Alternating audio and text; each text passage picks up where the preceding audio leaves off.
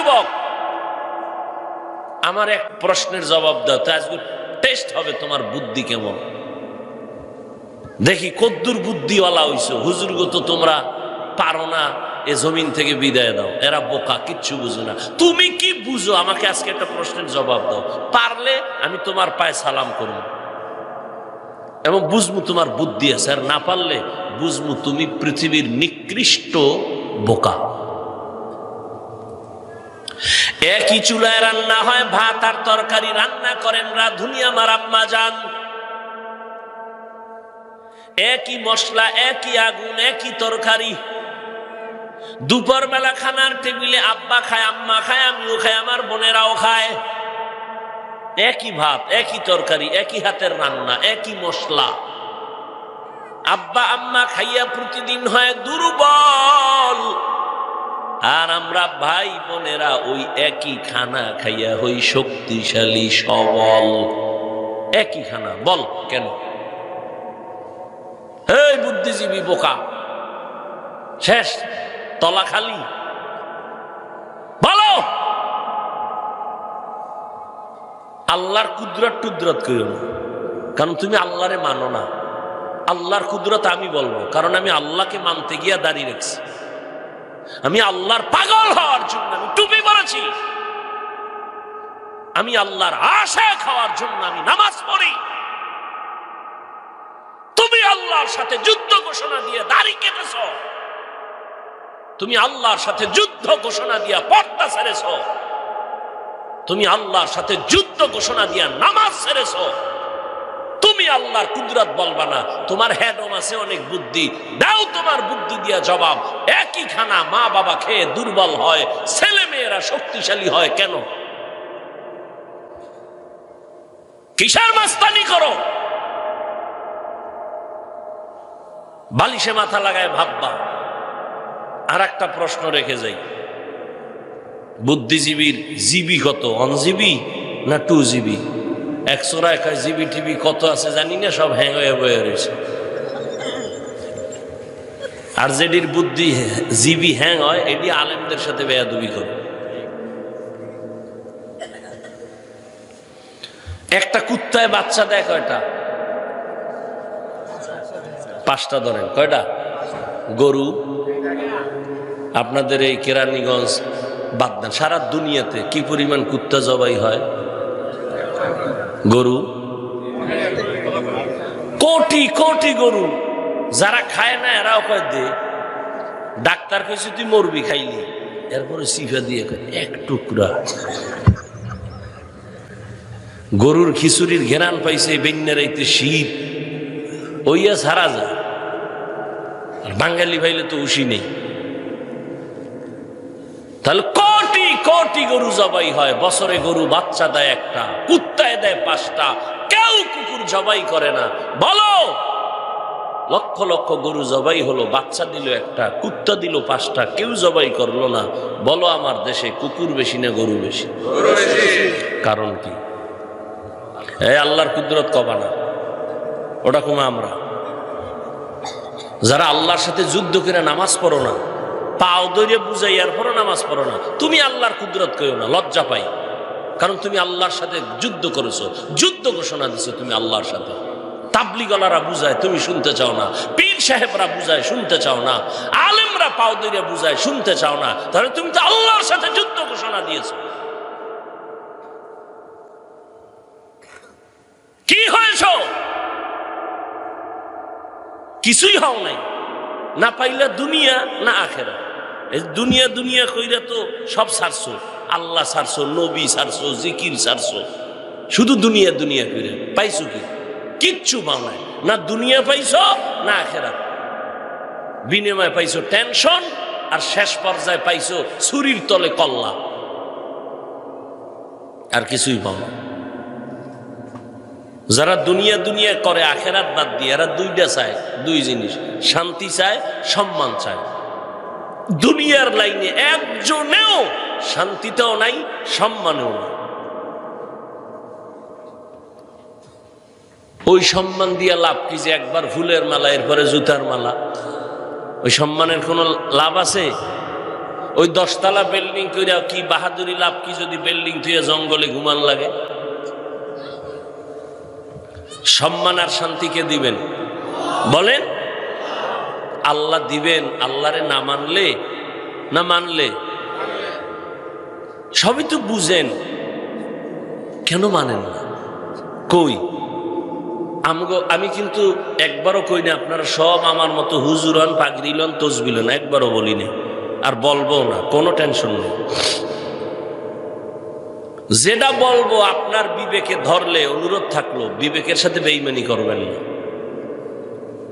আমি আপনাদের হুজুর বানাইতে আসি নাই, মাওলানা বানাইতে আসি নাই, খুব খেয়াল করেন।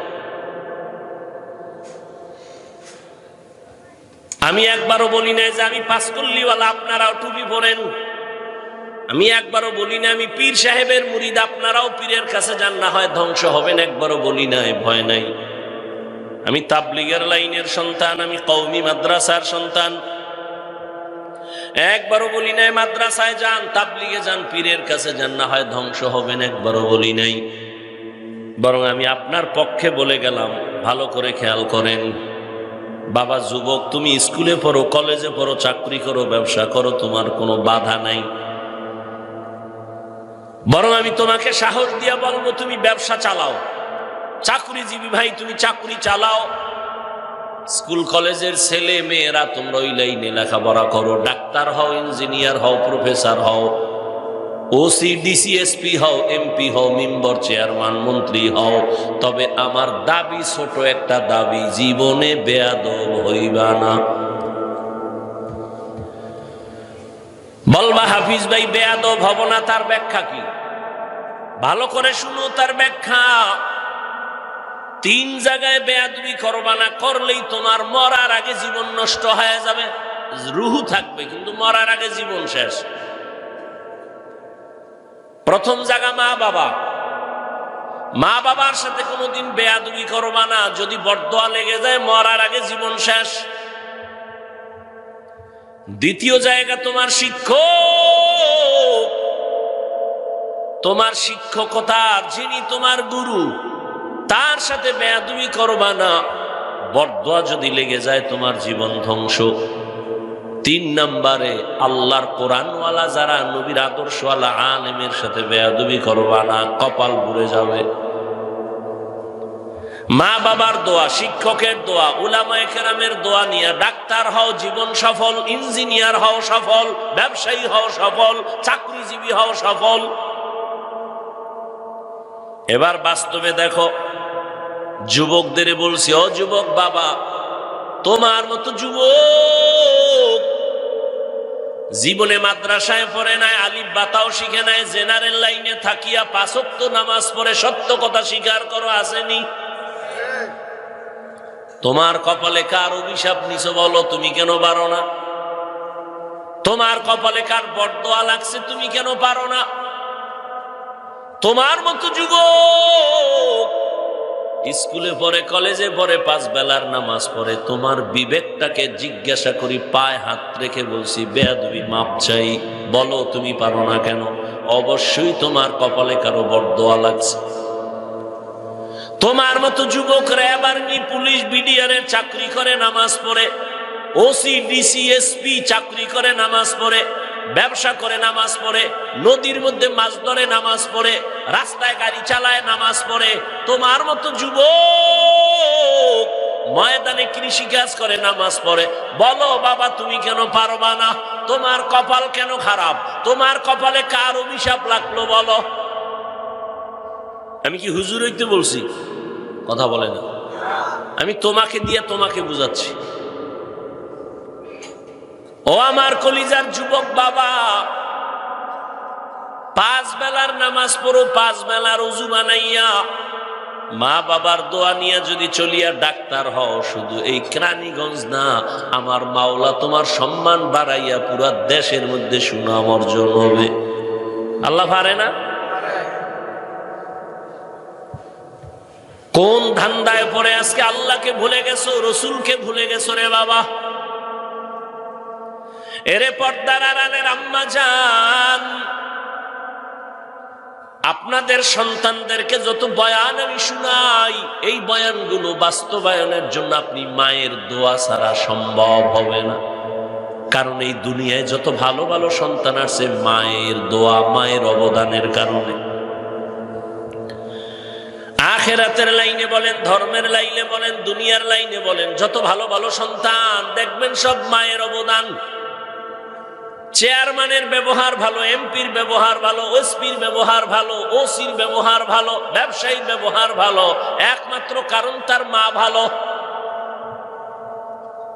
বুঝেননি? মদিনাতুল মুনাওয়ারা থেকে একজন ওলিয়ে কামেল ভারতে আসছেন দাওয়াত দেওয়ার জন্য, দিনের দাওয়াত। নাম আপনারা সবাই জানেন, খাজা মুঈনুদ্দিন চিশতি আজমিরি রহমাতুল্লাহ আলাইহি। নাম জানেন না? খাজা মুঈনুদ্দিন চিশতি আজমিরি রহমাতুল্লাহ আলাইহি মদিনাতুল মুনাওয়ারা থেকে আসছেন ভারতে দ্বীনের দাওয়াত দিতে দিতে দিতে দিতে লক্ষ লক্ষ লক্ষ বিধর্মী রহমতের কোলে গিয়া বান্দা কালেমা পড়ে মুসলমান হয়ে গেছে। কেউ লেখছে 90 লক্ষ, কেউ লেখছে আরো বেশি, আরো কম। খাজা মুঈনুদ্দিন চিশতি আজমিরির হাতে কালেমা পড়ে ভারতের জমিনে মুসলমান হয়ে গেল। আম্মা জানের একটু খেয়াল করে শুনেন। এরে আম্মা জান, আপনাদের এত সম্মান কেন? কারণ এই দুনিয়ায় সমস্ত নবীদের মায়ের মতো আপনারা মা, সাহাবায়ে কেরামদের মায়ের মতো আপনারা মা, আলেমের মা, হাফেজে কোরআনের মা। এ দুনিয়ায় যত ভালো ভালো সন্তান আছে মায়ের অবদান। আপনারা তো খাদিজা রাদিয়াল্লাহু আনহার মতো দামি নারী, ফাতেমা রাদিয়াল্লাহু আনহার মতো দামি নারী, আয়েশা রাদিয়াল্লাহু আনহার মতো দামি নারী। খাজা মুঈনুদ্দিন চিশতি আজমিরি রহমাতুল্লাহ আলাইহি আম্মা জানের কাছে গেলেন, বড় আনন্দ। আম্মা জান কয়, এই মুঈনুদ্দিন এত আনন্দ কেন? মুঈনুদ্দিন বলে, আম্মা জান, আজ আমার শুকর, আমার অন্তর ভরা, লক্ষ বিধর্মী আমার হাতে কালেমা পড়েছে, আমি আনন্দিত। ঘুমাইতেছেন আপনারা?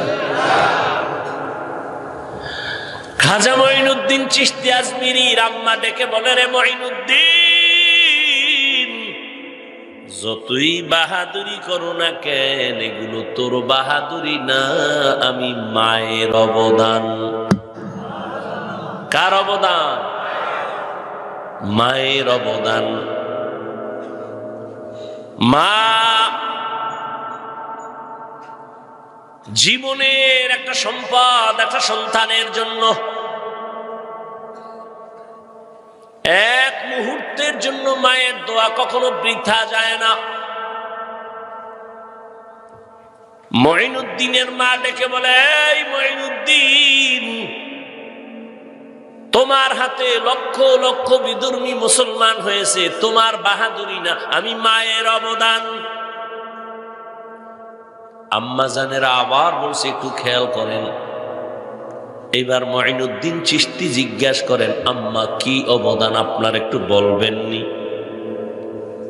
খাজা মুঈনুদ্দিন চিশতি আজমিরির আম্মা চোখের পানি ছেড়ে কাঁদেন আর কয়, ও সন্তান, তুই যেদিন আমার গর্ভে আসছো, আল্লাহর কসম আমি ওই দিন থেকে একটা রাত আর ঘুমাইতাম না। রাতের গভীরে আমি সিজদায় গিয়া আল্লাহর আদালতে দোয়া করতাম, হে দয়ার মালিক, আমার গর্ভের সন্তানকে তুমি ওলি হিসেবে কবুল করে নাও। গভীর রজনীতে আমি আল্লাহর কাছে দোয়া করতাম, আর ওই টাইমের দোয়া তো অবশ্যই কবুল হবে, কারণ আমার আল্লাহ প্রতি রাত গভীরে বান্দার আরজি শোনার জন্য প্রথম আসমানে আসে। অতিও গভীর হয় রজনী যখন, নীরবে প্রভুর নাম জপিও তখন, প্রভুর করুণা যদি আইবারে চাও, গভীর রাতে উঠে প্রভুর গুণগান গাও। আদর্শ উম্মতের উপহার দিলেন। মক্কার চরিত্রহীন মানুষগুলো এত ভালো হয়ে গেল। আল্লাহ তাআলা জিব্রাইল আমিনকে বলেন, যাও আমি লিস্টি দিলাম, নবীর কাছে দিয়া দাও। এই লিস্টিতে যাদের নাম আছে ঘোষণা দিতে বলো নবীকে, এরা বিনা হিসাবে জান্নাতি।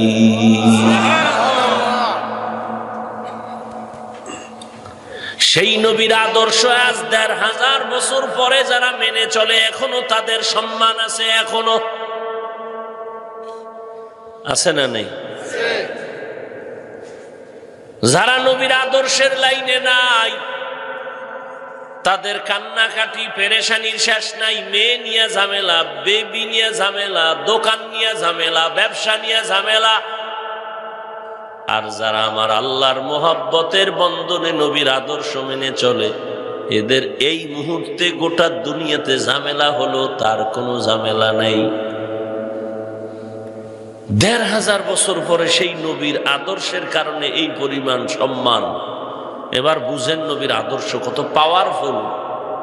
ওমরের মতো বান্দা ২৭ বছর বয়সে রসুলকে তরবারি নিয়ে যায়, জবাই করবে। কয় বছর? ২৭ বছরের যুবক তরবারি নিয়ে দৌড়ায় নবীকে জবাই করার জন্য। রহমতের নবী, এত মায়ার নবী, যার চেহারা দেখলেই কলিজা ঠান্ডা হয়ে যায়। রহমতের নবীরে দেইখা তরবারি ফালায় বলে, ইয়া রাসূলুল্লাহ মাফ করে দেন, কালেমা পড়ায় মুসলমান বানায় দেন। কেমন মায়ার নবী আমার, যে নবী তার ৬৩ বছর হায়াতে জীবনে একটা মিথ্যা কথা বলেন নাই। কেমন মায়ার নবী আমার, জীবনে নবী কোনদিন কাউকে একটা গালিও দেন নাই। কেমন আদর্শের নবী আমার, নবীজির হাজারো বেঈমান ইহুদিরা গালি দিছে, সামনে দাঁড়ায়া নবী গালির জবাবও দেন নাই। কেমন নবীর আদর্শ। আরো আশ্চর্য কথা, রহমতের নবী আমার কোনদিন দুটো চোখ মোবারক দিয়া গরম ভাবে কারো দিকে তাকান নাই। এই কারণেই তো রহমতের নবীর মেহনত আর আদর্শ মানার কারণে মক্কার চরিত্রহীন মানুষগুলো এত দামি হয়ে গেল, মরার আগেই আল্লাহ জান্নাতের টিকিট পাঠায় দিছে।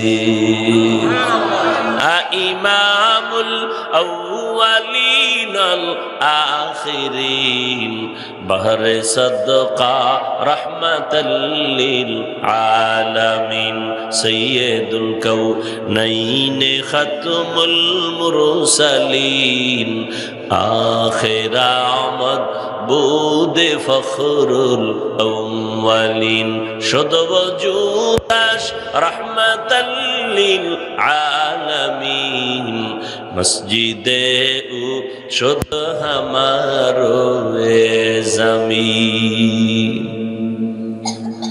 কপাল খারাপ, ওই জাতি রহমতের নবীকে এখনো চিনতে পারলা না। নবীরে যদি চিন্তা, নবীর আদর্শ জীবনের আপন বানাইতা, জীবনে কাউকে গালি দিতা না, মিথ্যাও বলতা না, কারো ক্ষতি করারও চিন্তা করতা না। আমি সেদিন ঢাকাতে এক মাহফিলে বলেছি,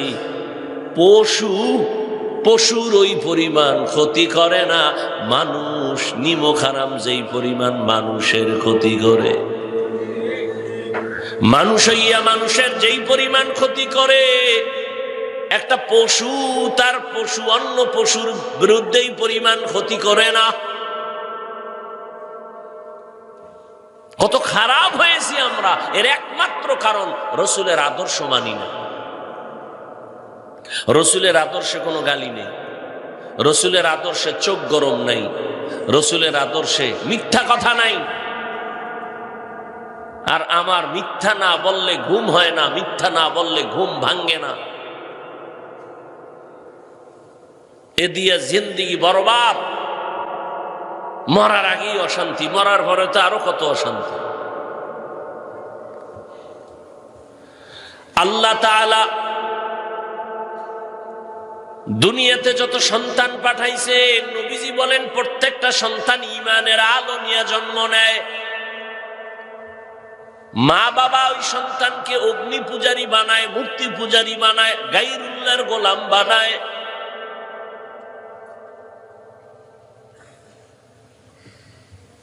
আল্লাহ দুনিয়া ঈমানের আলো দিয়ে পাঠাইছেন, এটা তোমার মূলধন। দুনিয়ায় কেন যাও?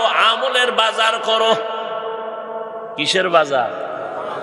আমলের বাজার করো, নামাজের বাজার করো, জিকিরের বাজার করো, তেলাওয়াতের বাজার করো।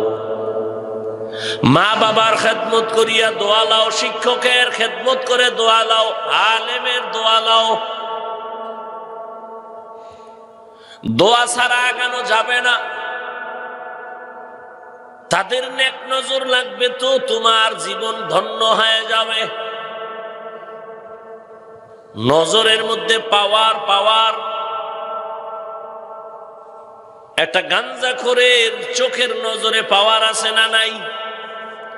আন্দাজি বলে আছে, শুনেন, খেয়াল করেন, খালি কান সুখ কইরেন না। কি পাওয়ার আছে জিগাইলে কিছু কইতে পারবেন না, ফট করে কয়ে লাইলেন আছে। একটা গাঞ্জাখোর একটা দুধের বাচ্চা খুব সুন্দর ফুটফুটে গোলাপের মতো নজর লাগাইছে, তো বাচ্চা অসুস্থ হয়ে গেছে। ডাক্তার বলে বাচ্চার কোনো রোগ নাই, তো খায় না কেন? জানি না। মুরব্বীরা কয় বদনজর। কি নজর? কার বদনজর? হিসাবে বেআমলওয়ালা গাঞ্জাখোর, চেহারাটা ভাল্লুকের মতো, চুলগুলো উল্লুকের মতো। পাশে দাঁড়াইলে নামাজ ভেঙ্গে যাবে, এই পরিমাণ গন্ধ তার শরীরের মধ্যে। গোসলও ঠিক মতো করে না, পোশাক প্রস্রাব করে পানি লয় না। এরপরে যদি টানে বিড়ি, আর যে বিড়ি টানে হের কাছে তো মজাই লাগে না, কঠিন মজা। ও না খাইয়ে, ভাত না খাইয়ে এটা টানবে, কলিজা ঠান্ডা। কি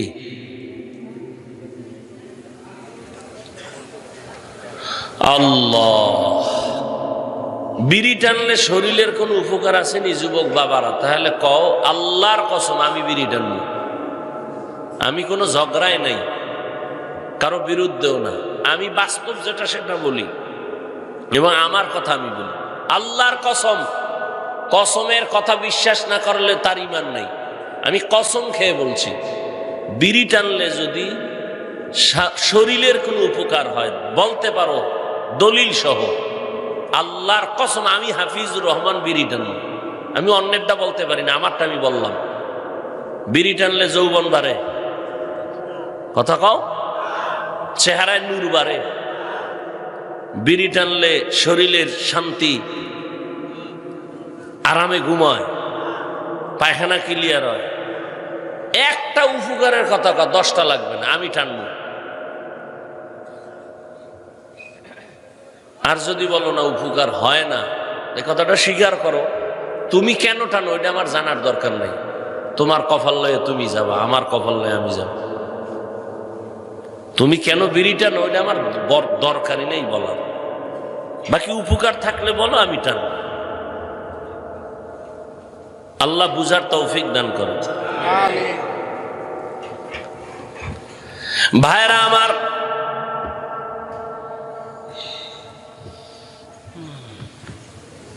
দুনিয়াতে আল্লাহ ঈমানের টাকা নিয়ে পাঠাইছেন। কিসের বাজার করার জন্য? আমলের বাজার করার জন্য। দুনিয়ার বাজারে এসে দেখি রং বেরঙের বাড়ি গাড়ি, বিল্ডিং, রং তামাশা, বনানী গুলশান বাড়ি ধারা, এগুলো দেখা কলিজা ঠান্ডা হয়ে গেছে। একদল দুনিয়াদারেরা দুনিয়ামুখী হইতে হইতে হইতে হইতে আখেরাত আছে বলতে মনেই নাই। ওই যে ছেলের কথা কইছিলাম মনে আছে তো, বাজার করার কথা ভুলে গেছে, আখেরাত যাচ্ছে না মনেই নাই। হঠাৎ একদিন যখন বৈশা বৈশা গল্প করে, বুকের মধ্যে ব্যথা উঠছে, ধর ধর, বিছানায় পড়ে গেছে, এখন আর চলতে পারে না, শরীর কাঁপতেছে, জ্বর। এইবার মনে মনে একটু ধাক্কা লাগছে, আরে আমারে না বাজার করার জন্য পাঠাইছে আমার আল্লাহ, আখেরাতের জন্য কি করলাম। আর একদল সোরারা দুনিয়া দুনিয়া করতে টাকাই আড়াইয়া লাইছে, মানে ইমানই নেই। হিন্দুদের সন্তেষ খাইয়া কয় তোমরা কও ভগবান, আমরা বলি আল্লাহ, কথা তো এক, ইমান গেছে। এরম নাই? খালি একটা সন্তেষে কি পারে চিন্তা করেন। আর বাঙালি তো নফসে খাওয়া মা আছে না, ওটা খাওয়াইলি ঠান্ডা। আল্লাহ হেদায়াত দান করুন। আল্লাহ তাআলা বলেন সাবধান, লা ইয়াগুররান্নাকা তাকাল্লুবুল্লাযীনা কাফারু ফিল বিলাদি মাতাউন কলিল, মাতাউন কলিলুন সুম্মা মাওয়াহুম জাহান্নাম ওয়া বিইসাল মিহাদ।